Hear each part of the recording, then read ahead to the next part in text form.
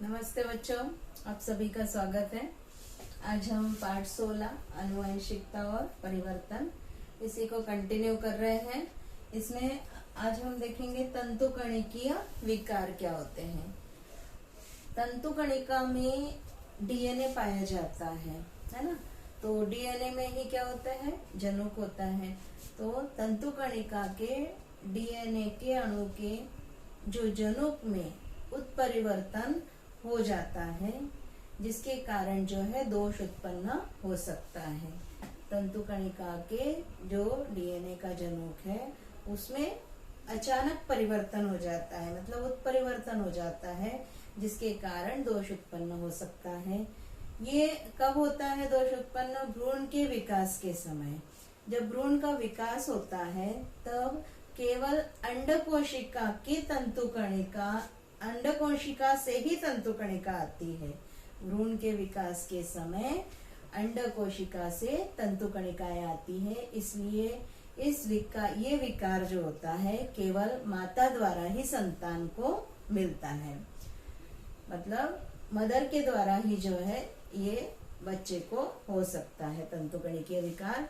Labour का इसका उदाहरण जो है लेबर का आनुवंशिक तंत्रिका विकार, ये एक तंतुकणिका विकार का उदाहरण है। आपको प्रश्न पूछा जा सकता है कि तंतुकणिकीय विकार का उदाहरण, या असंगत शब्द में दूसरे विकार दिए हुए हैं, ये एक दिया है, तो इसमें क्या आएगा? तंतुकणिकीय विकार कौन सा है? लेबर का आनुवंशिक तंत्रिका विकार। इसके बाद अगला बच्चों दूसरा है बहुजनुकीय उत्परिवर्तन के कारण होने वाले विकार, जिसको बहुघटकीय विकार, इसके नाम से ही मालूम पड़ रहा है कि और भी जो है घटक हो सकते हैं। मतलब जो बहुजनुकीय उत्परिवर्तन के कारण जो विकार होता है उसे जो है बहुजनुकीय विकार कहते हैं। बहुजनुकीय मतलब जनुक में, एक से अधिक जनुक में जब परिवर्तन आ जाता है तो ये विकार हो सकता है। कभी कभी क्या होता है, एक से अधिक जनुकों में परिवर्तन आ जाता है, जिसके कारण जो परिवर्तन आते हैं जिसे बहुजनुकीय उत्परिवर्तन के कारण होने वाला विकार कहते हैं। ये सारे अधिकांश विकार जो होते हैं गर्भावस्था में अर्भक के आसपास के पर्यावरणीय घटकों के परिणाम स्वरूप उत्पन्न होता है। इन विकारों की तीव्रता होती है। सामान्य तौर पर पाए जाने वाले विकार कौन कौन से हैं? उदाहरण क्या है बहुजनुकीय विकार में?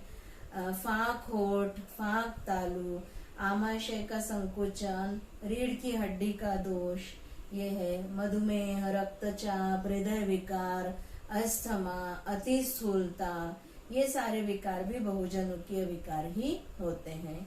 अब ये बहुघटकीय विकार जो होते हैं मेंडल के आनुवंशिकता के प्रारूप के से पूर्ण रूप से नहीं मिलते हैं। मेंडल का जो आनुवंशिकता का प्रारूप दिया उन्होंने, उससे पूर्णतः नहीं मिलते हैं। पर्यावरण है, आसपास का पर्यावरण है, जीवन शैली है आजकल लोगों की, ये कई दोष जो है जनुक के संयुक्त परिणाम के स्वरूप ये विकार होते हैं। जटिल जो है परिणाम हो जाते हैं, उसके कारण ये हो सकते हैं। तो ये तो हो गए बहुजनुकीय विकार या बहुघटकीय विकार, जो एक से अधिक जनुकों में परिवर्तन के कारण होते हैं। अब इसके बाद अगला जो आता है तंबाकू सेवन और कर्करोग का संबंध। कर्करोग मतलब क्या होता है? कैंसर। ये कर्करोग मतलब कोशिकाओं की अनियंत्रित वृद्धि होती है। किसी एखादे भाग में जो है कोशिकाओं की अनियंत्रित वृद्धि होती है। वो काहे के कारण होती है? तंबाकू के सेवन के कारण होती है। बहुत सारे लोग जो है तंबाकू का सेवन करते हैं, बीड़ी है, सिगरेट है, धूम्रपान करते हैं, फिर तंबाकू का मंजन करने की भी आदत होती है बहुत से लोगों को।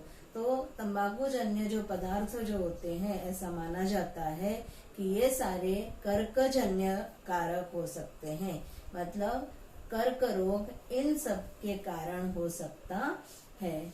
अब इसके कारण क्या क्या होता है? गले में जलन होती है। तंबाकू मुंह में डालते हैं तो मुंह में से उसका रस जो है गले में जाता है, गले में से जिस जिस अंगों में जाता है उन अंगों में किसी में भी कैंसर हो सकता है। गले में जलन होती है, पहले खांसी आती है, सूखी खांसी हो जाती है, सूखी खांसी के कारण नींद नहीं आती है, और इसके कारण जो है आयु सीमा कम हो जाती है, उम्र कम हो जाती है, जल्दी मृत्यु हो सकती है। फिर दीर्घकालीन ब्रोंकाइटिस हो सकता है, फेफड़े का, मुंह का, जो स्वर यंत्र है, ग्रसनी है, ये स्वादुपिंड, मूत्राशय, इन सब का कर्क रोग हो सकता है। अब धूम्रपान के कारण जो है हम चित्र द्वारा देखते हैं। चलिए चित्र देखिए कि कैसे कर्क रोग के शिकार लोग होते हैं। यहाँ पर देखिए बच्चों, चित्र दिखाए गए हैं कि मुंह का कैंसर है पहला वाला, फिर ओठ का कैंसर है, फिर दांत का कैंसर है। इस तरह से जो है कैंसर हो जाता है। धूम्रपान के हानिकारक परिणाम होते हैं ये। तंबाकू में निकोटिन नामक घटक होता है। तंबाकू में कौन सा घटक होता है? निकोटिन नामक घटक होता है। ये निकोटिन का केंद्रीय और परिधीय तंत्रिका संस्थान पर हानिकारक प्रभाव पड़ता है। अब इसके कारण धीरे धीरे धमनियां जो होती हैं धीरे धीरे सख्त हो जाती हैं। धमनी कठोरता के कारण रक्तचाप बढ़ता है, मतलब ब्लड प्रेशर बढ़ता है। तंबाकू के धुएं में pyridine, ammonia, aldehyde, furfural, carbon monoxide, nicotine, sulphur dioxide जैसे हानिकारक यौगिक होते हैं। इसके कारण अनियंत्रित कोशिका विभाजन होता है शरीर के किसी भी भाग में।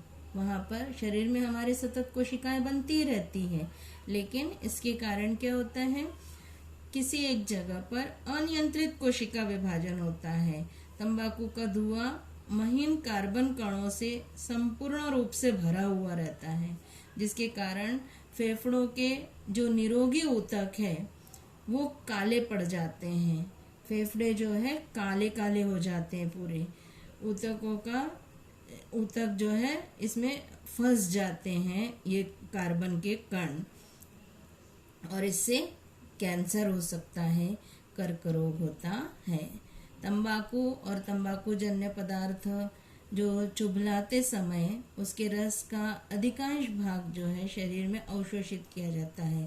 तंबाकू के अति सेवन से होठ, जीभ का कर्क रोग, दृष्टि दोष होता है, आंखों के देखने की क्षमता कम हो जाती है, तंत्रिका कंपन होता है, हाथ कांपने लगते हैं। इसलिए कर्क रोग से शरीर को बचाना हो तो तंबाकू और तंबाकू जन्य पदार्थों का सेवन कभी भी नहीं कीजिए। यहाँ पर बच्चों आपका पाठ 16 खत्म होता है। धन्यवाद।